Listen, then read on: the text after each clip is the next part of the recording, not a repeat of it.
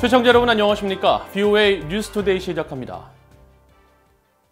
미국 국무부가 중국과 러시아 군용기의 한국 방공식별구역 카디즈 진입을 도발적이라고 비판했습니다.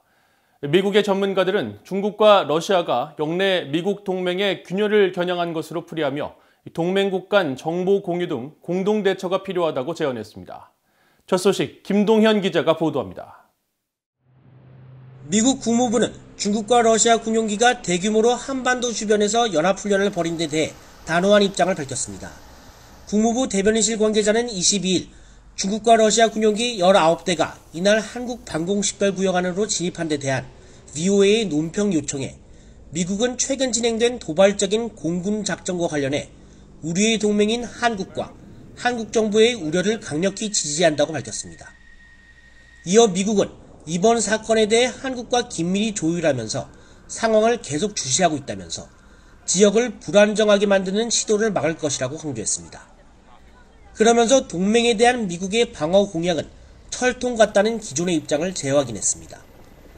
한국합동참모본부는 앞서 H-6 전략폭격기 등 중국 군용기 4대와 Tu-95 전략폭격기 등 러시아 군용기 15대가 22일 한때 카디즈에 진입했다며 중국 측은 한중 간 직통망을 통해 통상적인 훈련임을 통보해왔다고 밝혔습니다. 중국과 러시아의 카디즈 침범에 대해 빈센트 브룩스 전 한미연합사령관은 VOA에 이런 일은 지속적으로 우려를 제기할 사안이라고 밝혔습니다. 그러면서 중국과 러시아가 영공 침범을 하지 않으면서도 타국의 방공식별구역에 도전을 가할 수 있는 능력을 보유하고 있음을 과시하려는 의도로 풀이했습니다. 또 중국과 러시아가 동북아시아 내 미국의 동맹 구조의 균열을 야기하려는 의도가 다분하다고 지적했습니다.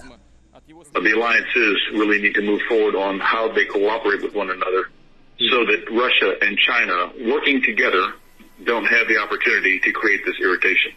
I think this is very, very instructive about what awaits us in the free and open Indo-Pacific and the actions to keep it such. 월러스 그렉슨 전 국방부 아시아 태평양 담당 차관보는 러시아와 중국이 공통의 전략적 목적에 따라 충분히 함께 움직일 수 있으며 이번 방공식별구역 침범이 그 대표적 사례라고 말했습니다. 그러면서 미국과 일본, 인도, 호주 등 공동가치에 기반한 유대관계가 강화되는 시점에서 중국과 러시아의 카디즈 침범은 미국의 영내 동맹국 간 정보 공유의 중요성을 다시금 일깨워준다고 강조했습니다. 동맹국들의 긴밀한 정보 공유 강화는 북한 정권의 위협뿐 아니라 이번 방공식별구역 침범 사례처럼 중국과 러시아 군용기의 움직임에 대한 실시간 대응에도 매우 유용하다는 겁니다. 미국의 군사 전문가인 브루스 베넷 랜드 연구소 선임 연구원은 중국과 러시아 군용기의 합동 비행 훈련을 실행하기 위해서는 양국 간 사전 조율이 필요하다는 점을 지적했습니다. 그러면서 합동 비행은 전술적 차원의 움직임이지만 사전 비행 경로에 대한 조율 등이 필요하다는 점에서 중러 당국 간 모종의 의사소통 기구가 작동하고 있을 가능성이 있다며 의구심을 나타냈습니다. VOA 뉴스 김동현입니다. 엘리엇 엥겔 미국 하원 외교위원장이 한국의 대북전단 금지법과 관련해 북한 인권 증진이라는 공동의 목표를 희생해서는 안 된다고 밝혔습니다. 엥겔 위원장은 23일 VOA에 남북 외교와 신뢰 구축 노력의 중요성을 인정하지만 이것이 북한의 인권 증진이라는 공동의 목표까지 희생하며 이루어져야 할 사안으로 보지 않는다고 말했습니다. 이어 대북전단 금지법의 결과로 발생할 수 있는 모든 문제를 해결하기 위해 한국 측과 협력하기를 고대한다고 덧붙였습니다. 엥겔 위원장은 특히 미국은 북한 같은 폐쇄 국가에 사는 주민들에게 편견 없는 뉴스와 정보를 전달하는 활동을 지원해왔다며 미국 의회가 2년 전 채택한 북한 인권 재승인법이 명시한 대북정보 유입 노력을 언급했습니다. 그러면서 이 법은 USB 드라이브와 SD 카드 등 다양한 수단을 통해 북한 주민들에게 편견 없는 정보를 제공하도록 승인했다고 강조했습니다. 로버트 킹 전 국무부 북한 인권 특사는 논란이 커지고 있는 한국의 대북전단 금지법이 외교 문제를 일으킬 것이라고 전망했습니다. 킹 전 특사는 22일 미국 전략국제문제연구소 기고문에서 한국의 동맹들이 이 법에 대해 우려의 목소리를 강하게 내고 있으며 특히 표현의 자유를 강조해온 미국이 가장 강력히 비난하고 있다고 밝혔습니다. 그러면서 한국 정부가 대북전단 금지법을 통해 표현의 자유를 억눌러도 북한 정권이 남북관계 개선을 위해 어떻게 화답할지 장담할 수 없다며 오히려 그 대가로 미국과 한국의 관계가 손상될 수 있다고 우려했습니다.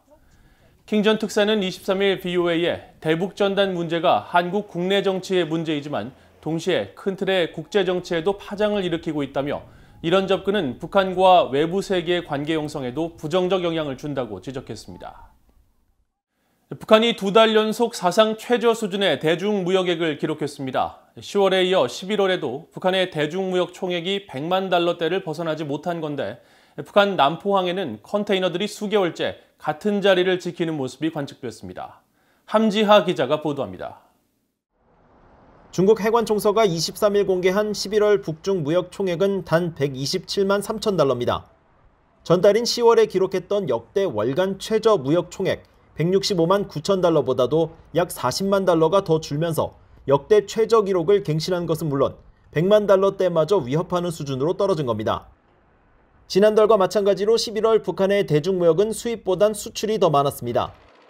해관총서 자료를 보면 북한의 11월 대중수입액은 전달보다 약 41% 감소한 14만 8천 달러였으며 북한의 대중수출액은 전달보다 약 30만 달러 줄어든 112만 5천 달러였습니다. 이 같은 상황이 12월에도 계속된다면 북한의 2020년 대중무역 총액 또한 20년 전 수준으로 후퇴할 것으로 전망됩니다.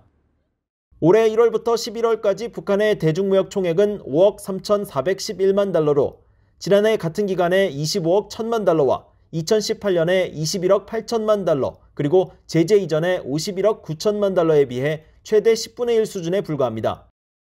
이처럼 북한의 무역액이 유례없는 수준으로 하락한 건 신종 코로나 바이러스 사태 이후 북한 당국의 국경 봉쇄 조치 때문으로 풀이됩니다. 그러나 북한과 마찬가지로 중국과 국경을 맞대거나 또 국경 간 통행을 제한하는 등의 강도 높은 방역 조치를 취한 다른 나라들에 비해 북한의 대중무역액 감소폭이 월등히 높다는 점은 주목되는 부분입니다. 중국 해관총서의 11월 무역 자료에는 중국과 다른 나라들의 증감률이 전년도보다 평균 0.6% 오른 것으로 나타나 있습니다. 반면 북한은 전년도 대비 마이너스 78.7%, 즉 80% 가까이 감소해 다른 나라들과 큰 차이를 보였습니다. Throughout the year, there's been less and less and less trade. A combination of the sanctions, the UN sanctions over their nuclear program, plus these pandemic closures along the North Korean border. The sanctions don't prohibit all trade, and yet virtually all trade is stopped. 이런 가운데 북한의 수출입이 사실상 중단된 정황이 최근 촬영된 위성사진에서도 일부 확인됐습니다. 지난해 12월 촬영된 플래닛랩스의 위성사진에는 남포항 야적장의 컨테이너 수가 지속적으로 변화하고 이에 따라 야적장이 텅 빈 경우도 관측된 반면 이달 12월 사진에는 컨테이너가 줄곧 가득한 모습입니다. 특히 기존에 사용하지 않던 서쪽 지대에까지 컨테이너가 들어선 상태가 수개월째 유지되고 있습니다. 올해 북한은 대북 제재와 신종 코로나 바이러스, 홍수 피해 등 3중고의 경제난에 시달려왔습니다. 전문가들은 북한이 이 같은 상황을 얼마나 더 버틸 수 있을지 반문하며 북한 당국이 내년에 어떤 경제 대책을 내놓을지 주목된다고 말했습니다. VOA 뉴스 함지하입니다. 미칠함대가 최근 프랑스, 일본 해군과 필리핀 해상에서 반잠수함 작전을 상정한 연합훈련을 실시했다고 밝혔습니다. 미칠함대는 최근 보도자료에서 존 맥케인 이지스 구축함과 프랑스의 핵추진 잠수함 에머라드호, 일본 해상자위대의 헬리콥터 탑재 구축함인 휴가호가 연합 해상훈련을 진행했다고 밝혔습니다. 라이언 이스터데이 존 맥케인호 함장은 이번 훈련이 영내 안보 등 자유롭고 개방된 인도태평양을 지원하기 위한 목적으로 진행됐다고 밝혔습니다. 미 해군 참모대학 교수인 제임스 홈스 교수는 VOA에 프랑스 해군의 인도태평양 전역 참여는 매우 중요한 의미를 가진다며 유럽 국가 역시 중국의 도발에 맞설 준비가 돼 있음을 보여주는 사례라고 평가했습니다. 이상으로 VOA 뉴스투데이를 마칩니다. 시청해주신 여러분 고맙습니다.